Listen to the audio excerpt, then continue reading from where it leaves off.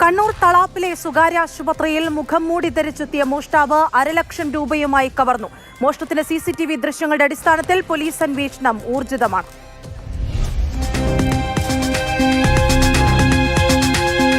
ഞായറാഴ്ച പുലർച്ചെ 1:30 സംഭവം.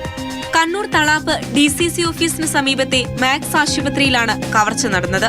ആശുപത്രിയിലെ CCTVയിൽ മോഷ്ടാവിന്റെ ദൃശ്യം പതിഞ്ഞു. മുഖംമൂടി ധരിച്ചയാളാണ് കവർച്ച നടത്തിയത്. മേശ കുത്തി തുറന്ന് 50,000 രൂപ മോഷ്ടിച്ചു. പണം കൈക്കലാക്കിയതോടെ മോഷ്ടാവ് ധൃതി പിടിച്ച് ഓടിപ്പോകുന്നതായും ദൃശ്യങ്ങളിലുണ്ട്.